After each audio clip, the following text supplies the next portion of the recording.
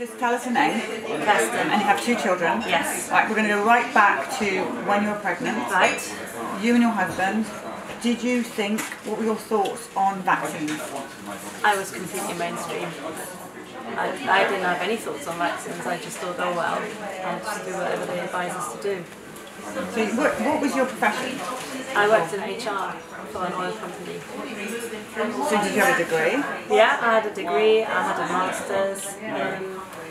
I worked for this oil company, large, big company. So you're an educated person? Yeah, I'd say so.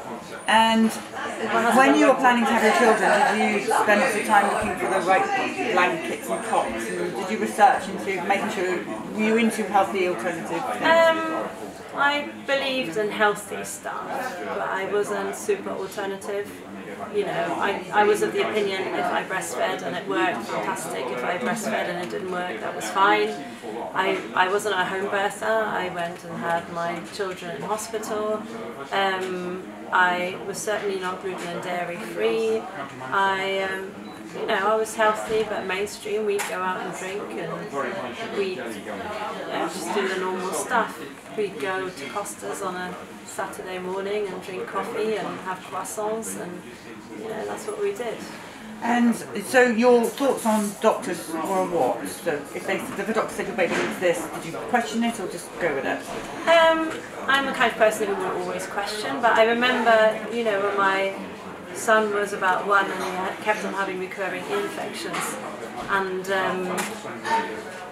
my mum, who had died by that time, had always, with us, had given us initially antibiotics, but then went over to homeopathy. And so I kept on going back to the doctors and saying, you shouldn't be having these ear infections. And he said, well, I'd give him antibiotics. And I said, I don't really want to give him another dose of antibiotics. And he said, well, I wouldn't let my child suffer. And I remember going to the pharmacist and crying my eyes out and saying, I don't really want to give him any more antibiotics. And she said, you need to sort that with your doctor. So I think, you know, I was prepared to give him antibiotics, but I did question how much good they were actually doing him, and also I'm from Germany, so in Germany homeopathy is far more mainstream, so normal doctors or paediatricians, you go to a paediatrician, you don't go to a GP, you go to a paediatrician, and they would often use homeopathy instead of antibiotics. So I guess I was a little bit that way inclined. Okay, so how was your pregnancy? Did you have any antibiotics or vaccines or anything in that pregnancy? I didn't. I lost my mum a day after I found out I was pregnant. So that didn't really help. So I didn't have any vaccinations or anything, and I wouldn't have had anyway. I think, you know, I was intuitive enough to know that was probably not going to be any good. So I went through pregnancy, and the first trimester was really hard because we were burying my mum. I was flying over to Germany, trying to sort out all my mum's stuff. My dad wanted to get rid of things straight away. And I had fibroids, which I didn't know about, so I had quite a lot of pain, and it was unexplained. It was my first pregnancy, it was all a bit crazy. So my first trimester was awful. My second trimester was better. Although I had influenza at 16 weeks pregnancy, and oh yeah, I did have antibiotics. So I had influenza. I got really, really sick. I mean, 40 degrees temperature. I took paracetamol. I was awake at night, asleep during the day. I was having cool showers to try and cool me down, so I didn't have to take too much medication. Then they decided I had tonsillitis, so they gave me penicillin.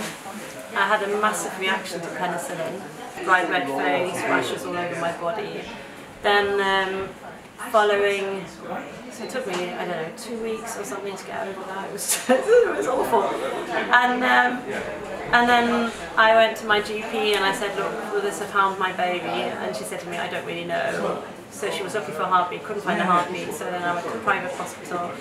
They said, no, there's definitely a heartbeat, the baby will probably be fine. And so when was he born? He was born on the 31st of August 2005. At full term? Yeah. What was he like when he was born? Was he okay? He was fine, yeah. Did he had it, he had a little bit of jaundice, and they thought he had a bit of a heart murmur, so they kept us in an extra day. But all that was resolved by the next day. We went home and it was all fine. So when did he have the vitamin K shot?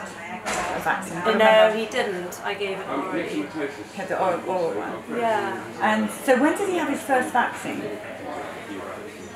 You know, I can't actually remember. I think I was going to bring the red book and I forgot. But I think they have their first vaccines at about 12 weeks or something, or 7 weeks. He was 8 weeks. So you were on time with I did the whole schedule. So yeah. DTP. How old is he now? He will be 12 in August. Anyway, so you did that, him, which is what? Yeah, so he had the first 3 vaccinations, which I'm sure one of the other ladies can tell you is polio, tetanus, diphtheria, and then I think meningococcal or something like that. Yeah, I don't know what schedule was. Yeah. Sorry, I older. should have thought this. That's okay. And so, how did he develop in his first year? What was he like? He was fine. He had really bad colic, actually. He was For his fine. development? He was completely normal. He was the happiest, most chilled out, little baby you can imagine. I mean, I was just so lucky because I'd gone through the death of my mum, and during pregnancy I was just clinging on to this baby, and we just had this really, really close relationship. And he was absolutely fine, like all his markers. In fact, I went over to Germany, I had him seen by a paediatrician. He was absolutely fine. So when did it go wrong? So he started getting a lot of ear infections from age 1, so I had stopped breastfeeding because I had to have a small operation, and I also went back to work 3 days a week. So at age 1 I put him into nursery, I paid an awful lot of money, it was £1,050 for 3 days a week per month, and I put him into nursery, and then he just kept on having infections, upper respiratory tract. Did you have any vaccines at 1? When did you next have vaccines after his? This is the UK lot for you, US. I think this is just, I can't quite remember whether he had any vaccinations between the first 3 vaccinations and the MMR. When did he have his MMR?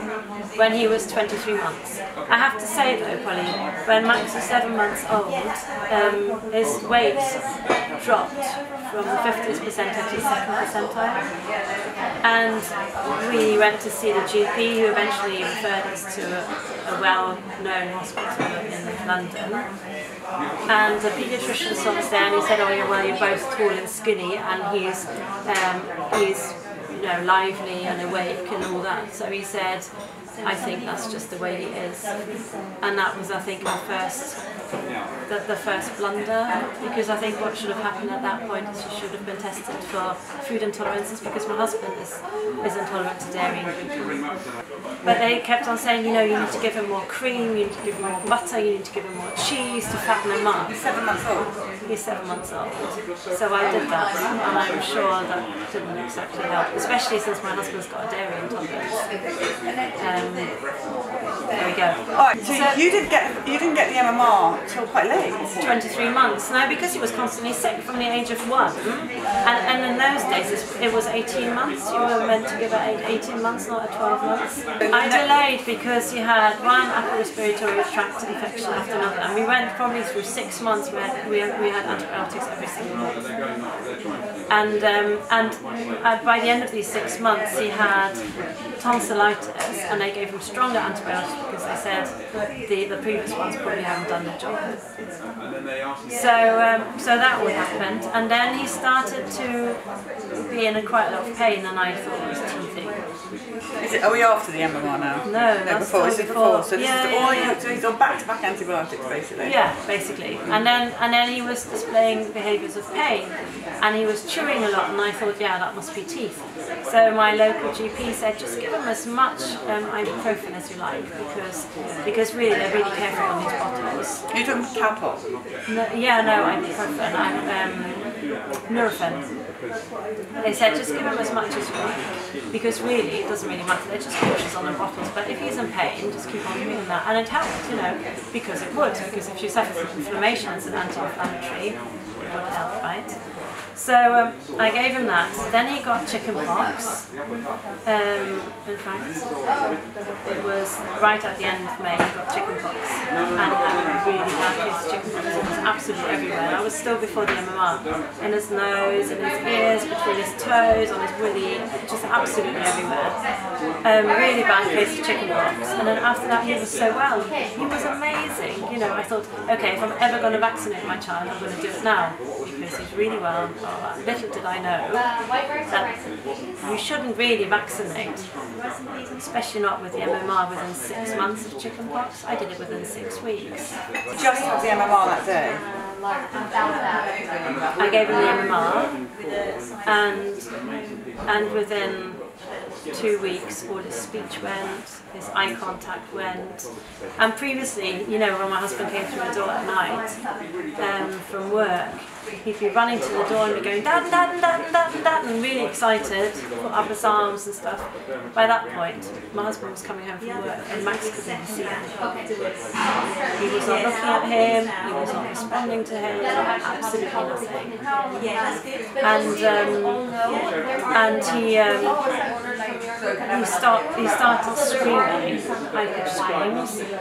He started having this really bright red face, and we'd sit in his room at night and he'd be screaming and screaming and twisting and turning, and he'd have these bright red cheeks. And we had a newborn baby, you know, my daughter was born in May, at the end of May. And we vaccinated Max at the end of July. And we had the health visitor around mid-August, and she said, yeah, he's definitely showing autistic features. And then he started stumbling, tripping, falling over, couldn't walk anymore, so I was absolutely determined to walk him absolutely everywhere. So I just kept on, this newborn baby strapped to me, and I was dragging my son through the streets where we live, because I so wanted him to walk, you know, he was going to walk no matter what. And he started frantically biting. He started biting us. My husband's got scars all over his arm when he was biting him. And we've got wooden furniture, hard wooden furniture, and this is a 2-year-old child. And we've got indentures of his little baby teeth in our wooden furniture, in our hard wooden furniture, from where he chewed the furniture because he was in so much pain. And we just couldn't work out what was going on. And he started having diarrhea up to 12 times a day. He's sometimes completely runny. And the diarrhea would start burning him between his legs and then his bottom. And when I was changing him, I'd put his legs up and there'd be more and more poo coming out. And I could see into this hole, into poo hole. And there was things hanging off the sides of it, and it was red raw. I mean, it was just horrendous. So I had this child, and he was just having meltdowns everywhere. Our social life just went right out the window. We couldn't go anywhere because we didn't know whether he would have another meltdown. You know, he'd fall apart on the doorstep. We'd have to drag him over. So at any point did you question about this? Because you worked this out a bit late, didn't you? I had no idea. I just kept on, I started going to see a counsellor, I kept on going over it, because my husband and I kept on going over it, and we kept on saying, what's happened? We don't know what's happened. We can't work out what's happened. And in the end, we just said, look, we can't discuss this any further because we've discussed it a million times and we still don't know what's happened. You know, go and see someone. So I started seeing a counsellor who just said, sort of, comes to terms with what's going on. So in the August we saw the health visitor who said, yeah, he's got autistic features. So we got an appointment with a private paediatrician who was also a community paediatrician. The wait was like, I don't know how many months. So we paid for her privately. So at the end of September, and I had this whole big sheet of questions. Is he ever going to get married? Is he ever going to have children? Is he going to go to normal school? What's going on with my child? You know, I just really don't understand what's happening. And we had this most traumatic experience. We were in there for I think 2.5 hours, and it was in a private wing, and it was boiling hot, and she wouldn't let us open the door because she was worried he might run away. And there was my child, severely distressed, and just throwing himself backwards. I had my baby with me who I was breastfeeding, and she was asking me all these questions, and we were talking and talking. I had all these questions for her, and then after about an hour and a half, she decided to try and assess Max. By that time, he was just completely a goaler. So she was trying to sit him down and make him stack bricks, and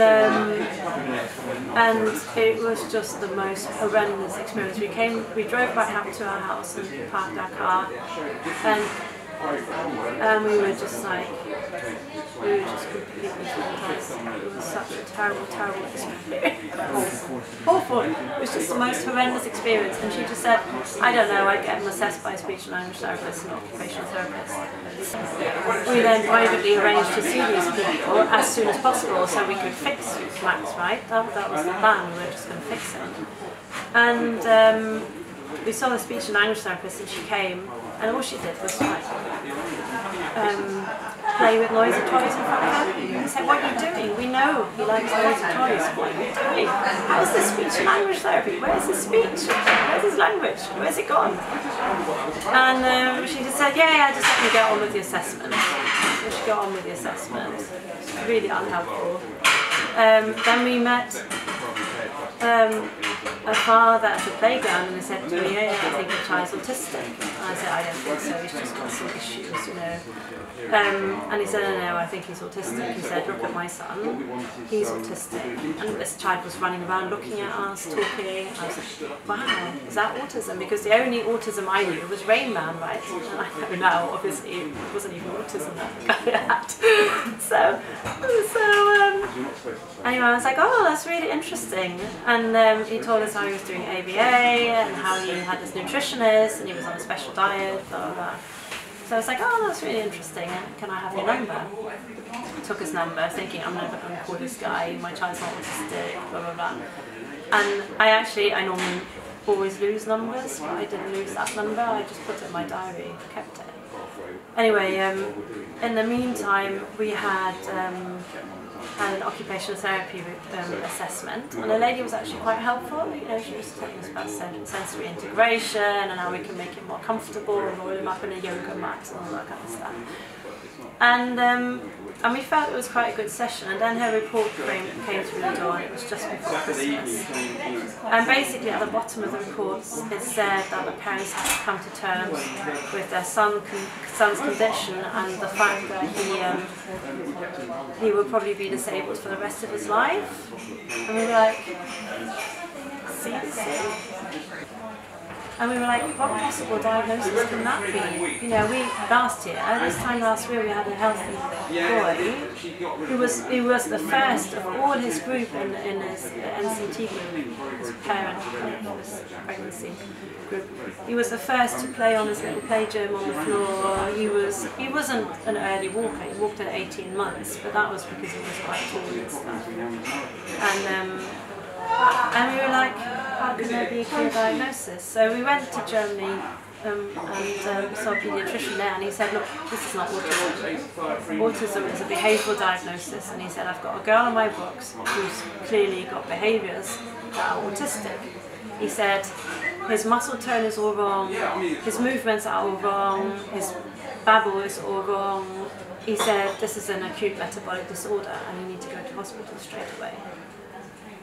And we were like, what's happening, you know? So he ended up referring us to Düsseldorf University Hospital, and we saw, and he said to me specifically, and that's where I went wrong, he said to me specifically, go and see this guy, he's fantastic at his job, don't go and see anyone else. But we got to Düsseldorf University Hospital, we got admitted to paediatrics, and they did a few blood tests, and I couldn't find anything. And I said, well, don't you want to have a look at his tummy? He's got really bad tummy. And they said, okay, we'll do an ultrasound. And they did an ultrasound. And they found he had severe impaction. And they said, well, you know, but that's not unusual really for a child. So how can that not be unusual to have severe impaction? Yeah, well, exactly. And so they said, just give him a few laxatives and he'll be fine. I was like, okay, fine. They did an ECT, they did MRI, everything normal, completely normal. And they said, well, because of the lack of evidence, and I kept on saying, don't you want to do a urine test, you know, find out if there's anything else. And they went, what do you want to do a urine test for? I said, what do you know, can we do a food test? So anyway, it was all a bit inconclusive. And they said, well, since we can't find anything, we think you might have autism. So we would now in Germany refer you to an autism unit.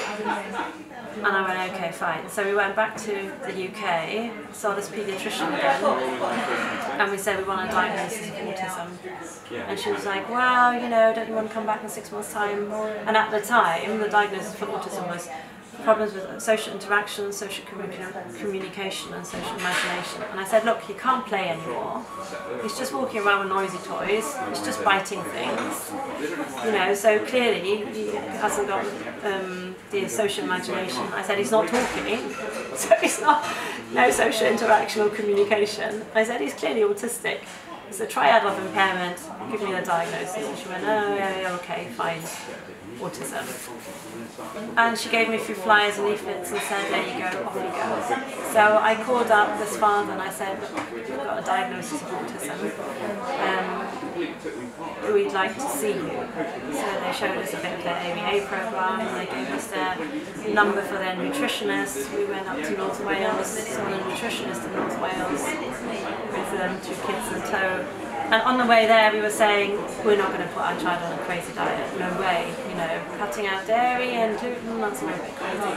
So obviously we came back and we cut out gluten and dairy and corn and soya and sugar, which was quite easy at the time because the kids were really small, so there was no problem. We actually only did it for Max at the time, we didn't do it for my daughter. And within a few days of taking out dairy, he actually got clearer. It was almost like a bit of a curtain had been lifted. He didn't become amazing or, you know. Describe what he's like today, because he's 12 years old, isn't he? He'll be 12 in August. Right. And has he got his speech back? No, he's not verbal. We are toilet training him for the millionth time. So we're currently on a schedule where we have him in the house on the toilet for 5 minutes and off the toilet for 15 minutes. If he has an elimination, he's off the toilet for 40 minutes. And he's mostly accident-free. He still has severe gut issues. We've seen, over the last few years, we've seen 7 gastroenterologists, amongst them one in New York that we went to see, who treated our son for inflammatory bowel disease. And it did really bring on his cognition. It didn't resolve all his issues. We're currently under a German doctor in Oxford who has weaned him off all the medication, all the anti-inflammatories, the steroids, the antacids, the antibiotics, the antifungals. We've done down, you know, the nutritional side, defeat autism now. He's still gluten, dairy, corn, soya, sugar-free, and he's off starch carbohydrates, so he eats tons of vegetables, eats chicken, fish, pork. We have high protein, low carbohydrate diet. We give him nuts and seeds and lots of coconut oil. And what about his sleep? By the time we went to New York, which was in 2013, we were up every night from 1 until 4 or 2 until 5, every single night. And when you are at that point, and we hadn't slept for years and years properly, when you're at that point, you just, well, I was ready to kill my husband, and we'd be in our son's room at night and we'd be screaming at each other. I'd be hitting my husband, and then my daughter would wake up in the room next door, and it was just complete chaos. We were just falling apart. It was just absolutely awful. And then you might get another hour's sleep in the morning, and then you think it was just a bad dream. It was just horrendous. So I went to our local GP and I said, look, you've got to help us, because someone in our house is going to die, and it's probably my husband. And he gave us an antihistamine, which made Max even more hyper and didn't help him with sleep.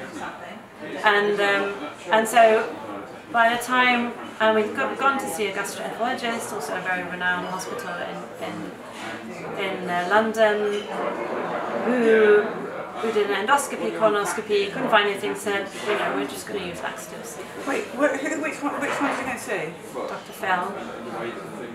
Shame on that. I don't trust these British gastroenterologists. I'm telling you, one of them told one of our parents that we did find things, but I'm not going to report it because I don't want to be wakeful. They're scared because I'm wakeful. Oh yeah. There's no way nothing was found. He said to me, he said, I don't want to talk to you about autism. Don't talk to me about autism. I just want to talk to you about this gut. I don't want to talk about autism.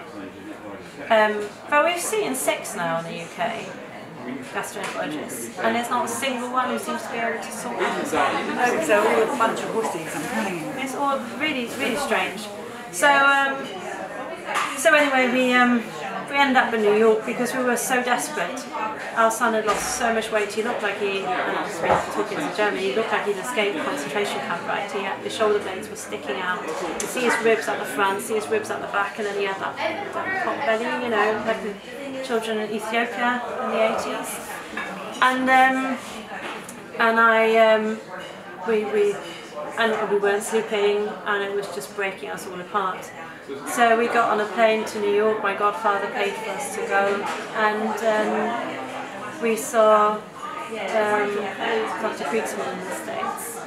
And he said, now the first thing we need to do is we need to get Max sleeping, because he said if you all fall apart, then no one can help you, you know. So he prescribed us melatonin. Melatonin. What did Krigman find in, because I trust Krigman, what did Krigman find in his scope? He said that he thought Max had inflammatory bowel disease. Thank you. But autistic enterocolitis, which of course I took the reports back and no one believed that even exists. Because it's wakeful, because it's the wakeful thing. And so, but he said we need to get Max sleeping, so he prescribed us melatonin, prescribed us another medication, which is blood pressure medication, which he said you can use in an emergency. If he wakes up and he doesn't go back to sleep, then give him that, because that will make him go back to sleep. And it's true, it will give us another 2 hours, you know, he'll sleep another 2 hours. So that was the biggest breakthrough was sleep for us. So yeah, so that's where we are. So he's non-verbal, he's not potty trained. No, he's still got gut problems, but I have to say, we have weaned him off the medication. Arthur suggests that we put him on immunosuppressant drugs, and I just wasn't ready for that. And I thought, you know, I'm going to try someone else, maybe a German guy, you know, I don't know how I found out about it. Stay out of the UK as far as I'm no doctor. I'm sorry doctors in the UK, but I can't find any good ones.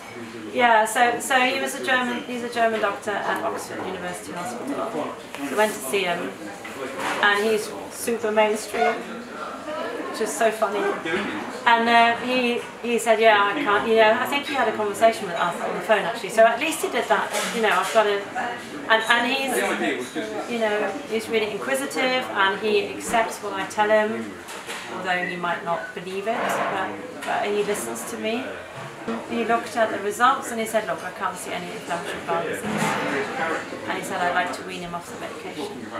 I said, okay, if it all goes then you're going to have to help me get him back on track. And he said, I promise you I won't let him suffer. I was like, okay, that's good enough for me, you know.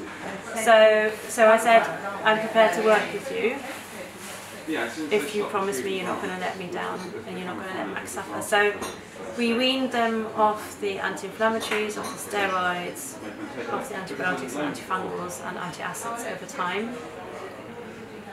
And he was sort of up and down. Since the end of October, he's actually been pretty okay. You know, he's had regular bowel movements, although he has a shaped bowel movement, and then he has a gush into the toilet of undigested food and water, and I have no idea what all that is about, but his toilet training has improved. We also got a dog at the end of October, which I think has made a real difference to all of us in terms of being calm. I'm still getting prescribed melatonin now by my GP, and for my daughter as well, which is amazing. But I hear that's quite common in the UK for special needs children. I don't know why, I've never managed to get hold of that. We tried to go back to community paediatrician with our son, And they said, what do you want from us? He's already diagnosed with autism. So they're not helping us, but our GP realised that we needed. Okay, this is interesting. So you're going back to the paediatrician. Is the paediatrician recommending more vaccines? Because in America, if you go to a paediatrician, that's what you get. No. Yeah, no one has recommended any more vaccines. I have got letters through the door that say, if you do not vaccinate your child might die. Because obviously in the UK, it's not, you don't have to vaccinate your child. Die of what? Of measles. Oh, right. So he needs a top up. And I called the manager, the GP manager, a few years ago, and I said, look, I do not want my child ever vaccinated again. I said, I believe the MMR contributed to my son getting sick in the first place, and I do not want to vaccinate my child anymore, so can you please take us off your mailing list? And they have. I don't get any more letters. This person doesn't know what, I can read this one. Letters through the door, and then question mark. Oh. Mail through the... Letterbox. Mail through the mailbox. Is that what letters through the door means? Because the slot for the mail goes directly through the door, doesn't it? In America, you've got the boxes outside your house. Yeah. Right, there's going to be a lot of translation going on here. and you know, he's had a. So since October, he's been pretty stable, I have to say. Well, that's the other thing. We did a fecal transplant. We did a fecal transplant in September 2015. In a UK hospital and another gastroenterologist. So trolls, listen up. UK hospital under white coat supervision.